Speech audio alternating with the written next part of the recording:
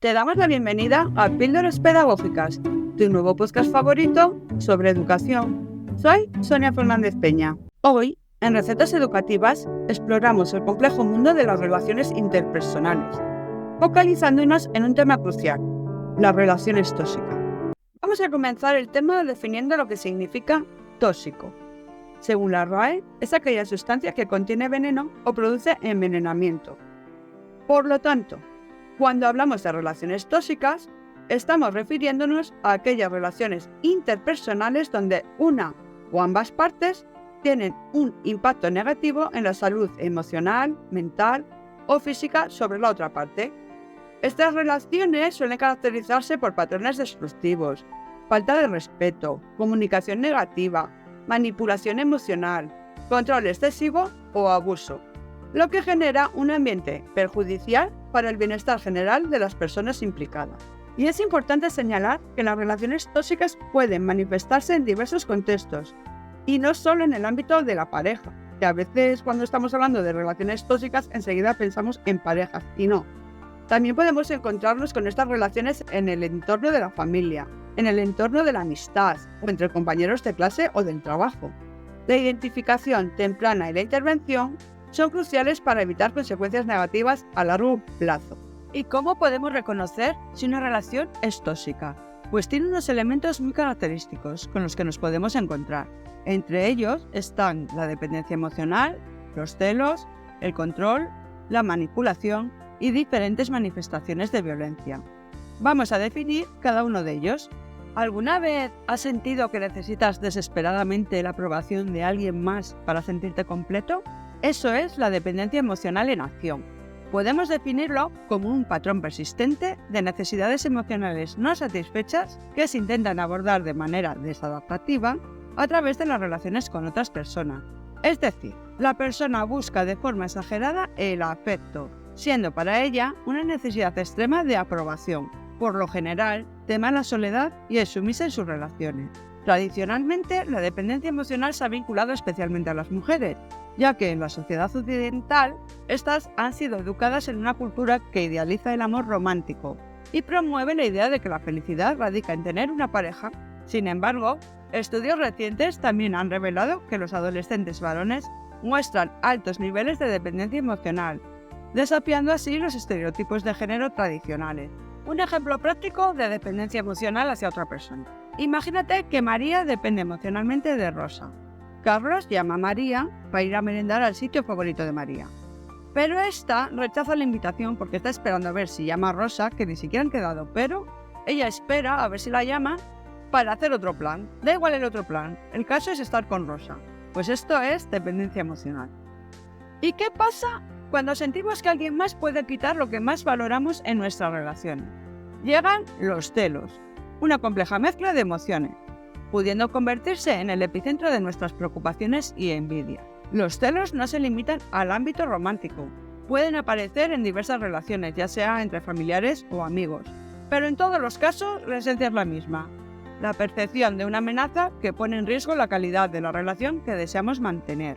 Lamentablemente, los celos pueden ser el motor detrás de la violencia en la pareja, y esto es sumamente peligroso, ya que cuando la violencia se justifica con los celos, a menudo se percibe de manera menos negativa, quizás porque se interpreta como una manifestación de amor. Esta idea puede llevar a minimizar la gravedad de un acto violento. Ojo con esto. Y los celos, la mayoría de las veces, son antesala del tercer elemento de las relaciones tóxicas, el control. El control implica la supresión de la independencia y autonomía de uno de los miembros sobre el otro. Se manifiesta a través de conductas que incluyen saber constantemente dónde está la pareja, con quién se relaciona, qué hace y cómo se viste. Este comportamiento tiene como resultado el aislamiento social de la pareja. Puede empezar con: no te pongas esa minifalda que te van a mirar y eso me hace sentir mal. Y lo que decía antes, al final piensas: bueno, es que me quiere tanto que normal que me diga esto. No, no es normal. Nadie tiene que controlar ni cómo te relacionas con los demás, ni lo que haces, ni cómo vestirte, vamos. Además, hoy en día, el control se ha extendido a las redes sociales, donde se monitorea cada movimiento y se exige explicaciones sobre todas sus acciones. Por ejemplo, el WhatsApp. Hay personas que te exigen que contestes nada más haber leído el mensaje. ¡ay! Te ha salido doble clic azul y no me has contestado. Pues no te he contestado o porque no me apetecía en ese momento o porque no podía o por lo que me dé a mí la gana. Vamos, no dejéis que nadie os diga ¿por qué no me has contestado? Pues porque no has podido o por lo que tú quieras no haber contestado, ¿vale? Por poneros un ejemplo. O, ¡ay! Pues he visto por Instagram que has estado en X sitio y no me has llamado. ¿Por qué no me has llamado? Pues porque no me daba la gana. No os dejéis controlar, por favor. Y vamos a pasar a hablar de la manipulación, que puede surgir como una consecuencia directa de los 3 factores previamente mencionados, es decir, la dependencia emocional, los celos y el control. La manipulación se define como la alteración de la realidad y de los propios sentimientos debido al control excesivo. La dependencia emocional, que juega un papel crucial en este fenómeno, puede ser vista como una forma de adicción psicológica utilizada para mitigar el sufrimiento causado por el abuso. Y el último elemento del que tenemos que hablar es la violencia, que no se limita a golpes físicos. Desde el maltrato psicológico y emocional hasta la violencia sexual y el control económico, todas estas formas de abuso pueden dejar cicatrices profundas en nuestras almas. Brevemente vamos a comentar lo que implica cada tipo de violencia. La violencia física se refiere a causar daño corporal mediante golpes, ya sea con las manos, instrumentos o armas. La violencia sexual incluye desde las relaciones sexuales no deseadas hasta abusos y violaciones, acompañados a menudo de insultos, chantajes y amenazas. Aunque estés en pareja, si no quieres mantener relaciones sexuales, no las tienes por qué mantener. El maltrato psicológico y emocional engloba insultos, humillaciones, control, descalificaciones y aislamiento emocional. Quizás el maltrato psicológico y emocional es el más difícil de superar, el que más secuelas tiene. Porque el maltrato físico, que al final va acompañado de este maltrato psicológico, los golpes, los moratones se te van a quitar. Pero la parte interna, la parte de tus emociones, esa pues probablemente al final vayas a tener que acudir a un especialista. Y el maltrato social consiste en humillaciones públicas y trato descortés frente a amigos y familiares. Luego está el maltrato ambiental, que se manifiesta en la destrucción de objetos personales o del hogar. Y por último, el maltrato económico. Implica el control del dinero y la toma unilateral de decisiones financieras. En resumen, es esencial reconocer estos elementos en las relaciones interpersonales para evitar caer en dinámicas tóxicas que puedan afectar a la salud mental y emocional. Cuando las relaciones tóxicas se producen a edades tempranas, las víctimas pueden carecer de experiencia para reconocerlas, siendo vulnerables a adentrarse en este tipo de relaciones. Por eso es crucial ofrecer educación y recursos para empoderar a las personas jóvenes.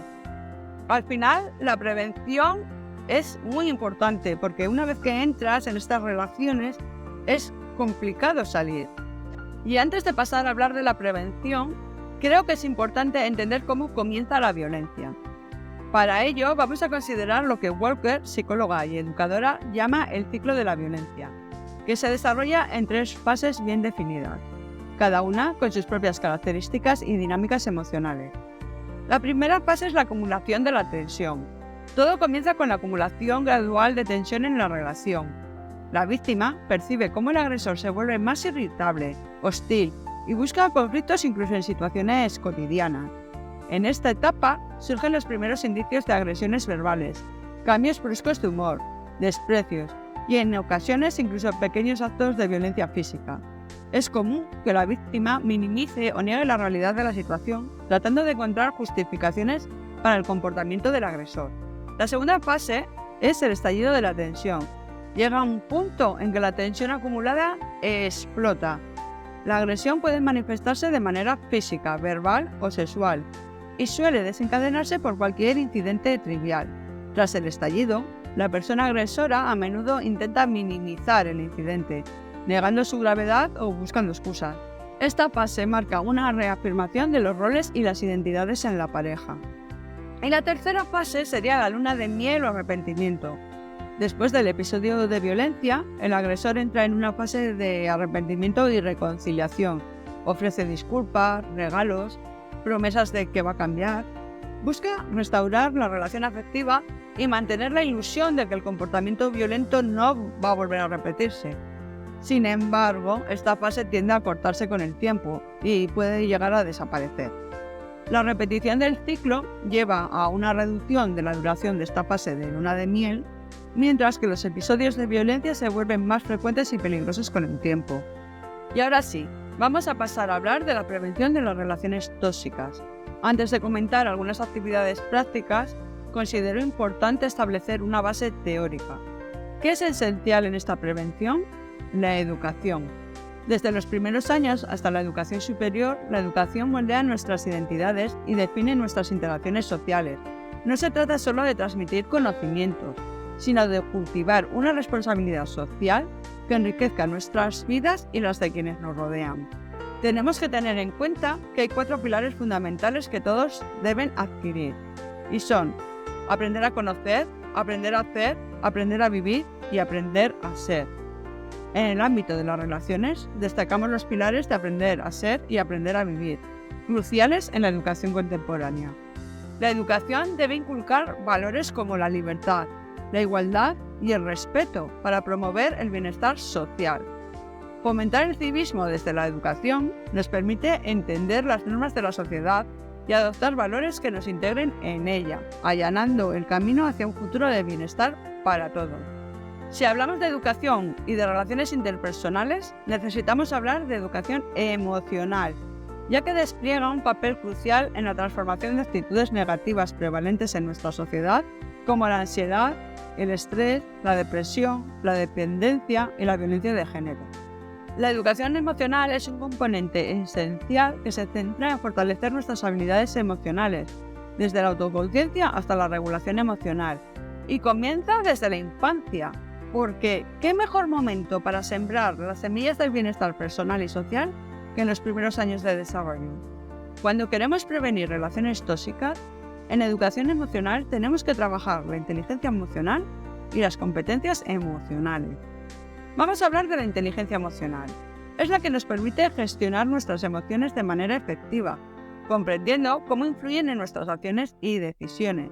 En el ámbito de la pedagogía, la inteligencia emocional tiene como objetivo intervenir en base a competencias emocionales, siendo un componente esencial de la educación emocional.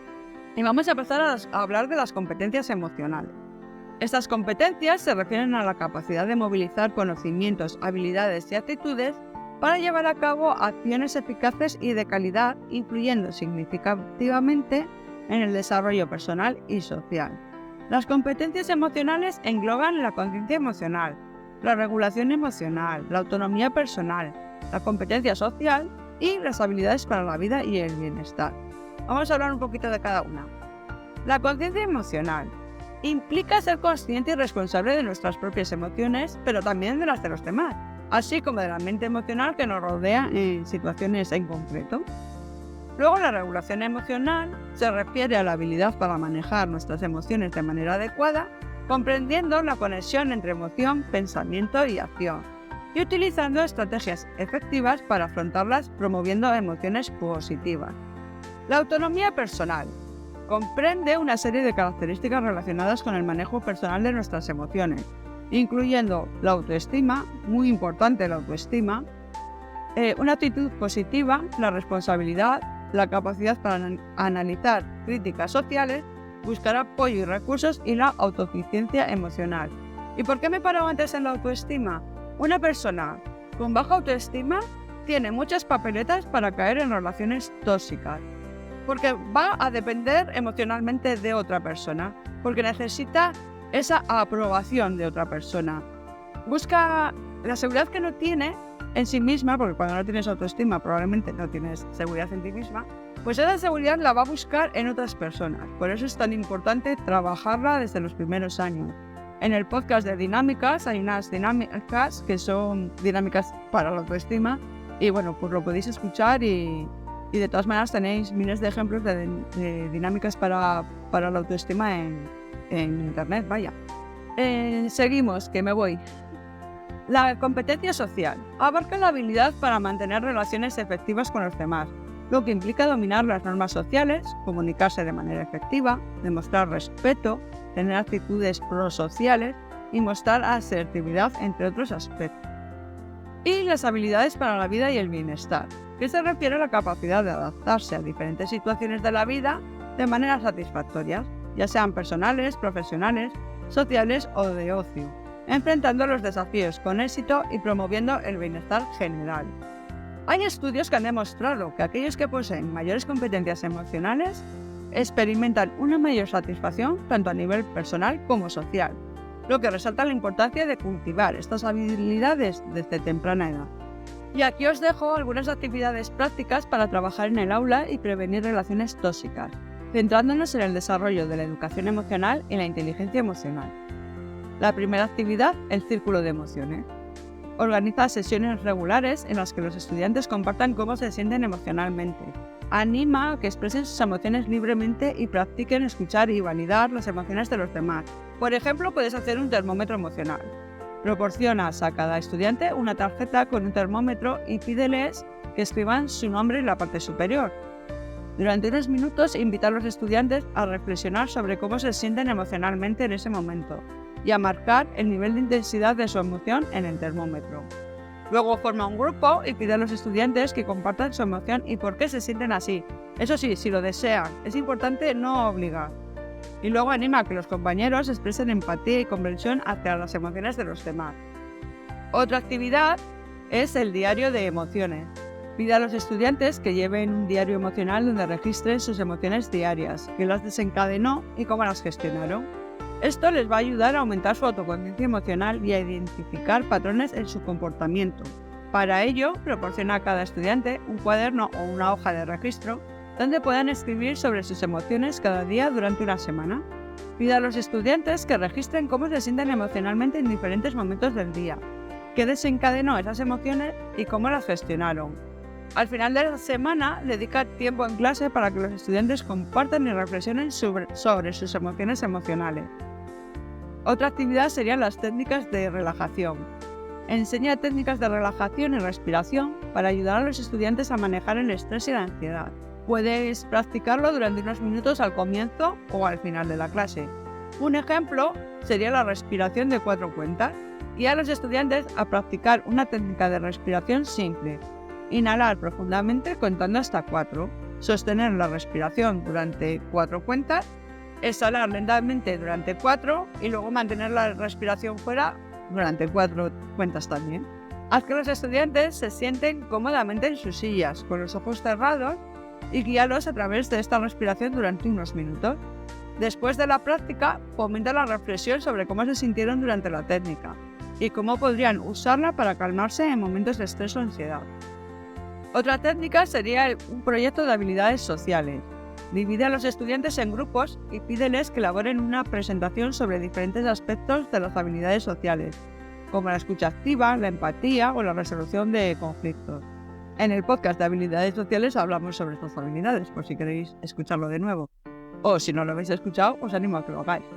Los grupos deben investigar sobre el tema asignado, recopilar ejemplos prácticos y preparar una presentación creativa que incluya ejemplos, consejos y ejercicios prácticos. Después de que todos los grupos hayan presentado sus hallazgos, facilita una discusión en clase sobre cómo aplicar estas habilidades en diversas situaciones interpersonales y cómo pueden mejorar las relaciones con los demás. Otra actividad puede ser un debate sobre relaciones saludables.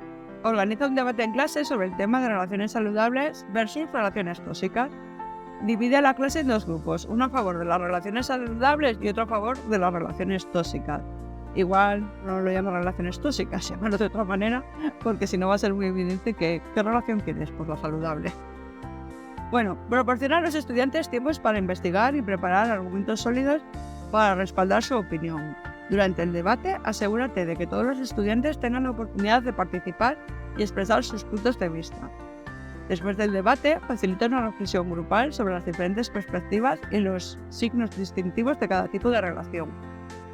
Y luego, cómo no, juegos de roles o role-playing. Es que me encanta esta técnica porque sirve para tantas cosas y es tan visual. El primer juego de roles que os animo a hacer es para practicar la resolución de problemas y una comunicación asertiva. Por ejemplo, representa escenas de negociación para resolver conflictos interpersonales. Y para ello, divide a los estudiantes en parejas y asigna a cada pareja un escenario de conflictos común, como compartir juguetes, resolver una disputa. Pide a cada pareja que representen la situación y practiquen cómo negociar una solución que satisfaga a ambas partes. Después de la representación, facilita una discusión en grupo sobre las estrategias utilizadas y cómo podrían aplicarlas en situaciones similares en la vida real. Y el otro role-playing es sobre límites personales. Realiza actividades donde los estudiantes practiquen establecer y mantener límites personales saludables en sus relaciones. Esto les ayudará a fortalecer su autoestima y autonomía personal. Por ejemplo, un escenario podría ser una conversación en la que un amigo presiona a otro para hacer algo que no quiere hacer. Pide a los estudiantes que formen parejas y actúen las escenas, practicando cómo comunicar sus límites de manera clara y respetuosa. Y como siempre, después de cada representación, facilita una discusión en grupo sobre las estrategias utilizadas, los resultados y cómo se sintieron al establecer límites personales. Estas actividades pueden ser adaptadas según la edad y el nivel de los estudiantes, pero todas tienen como objetivo promover la conciencia emocional, la regulación emocional, la autonomía personal, la competencia social y las habilidades para la vida y el bienestar, ayudando así a prevenir relaciones tóxicas y fomentando relaciones saludables. Ahora ya sabes que cuando hablamos de toxicidad en las relaciones nos referimos a dinámicas que tienen un impacto negativo en la salud emocional, mental o física de las personas involucradas, caracterizadas por patrones destructivos y faltas de respeto. Elementos como la dependencia emocional, los celos, el control, la manipulación y la violencia suelen ser recurrentes, y estas relaciones pueden manifestarse en diversos contextos, no solo en el ámbito romántico. La identificación temprana y la intervención son cruciales para evitar consecuencias negativas a largo plazo. En este sentido, la educación, especialmente la educación emocional, desempeña un papel vital en la prevención de relaciones tóxicas. Al fortalecer las competencias emocionales desde la infancia y mediante actividades prácticas diseñadas para cultivar habilidades emocionales y sociales, podemos empoderar a los estudiantes y promover relaciones saludables y constructivas en todas las áreas de sus vidas. Y como siempre, si te ha gustado, dale al like, comparte y te esperamos en próximos episodios de Píldoras Pedagógicas, el podcast que enciende la chispa perdida de la educación. Gracias por acompañarnos en nuestras recetas educativas. Sigamos trabajando juntos por una educación que inspire y transforme vidas. Hasta la semana que viene.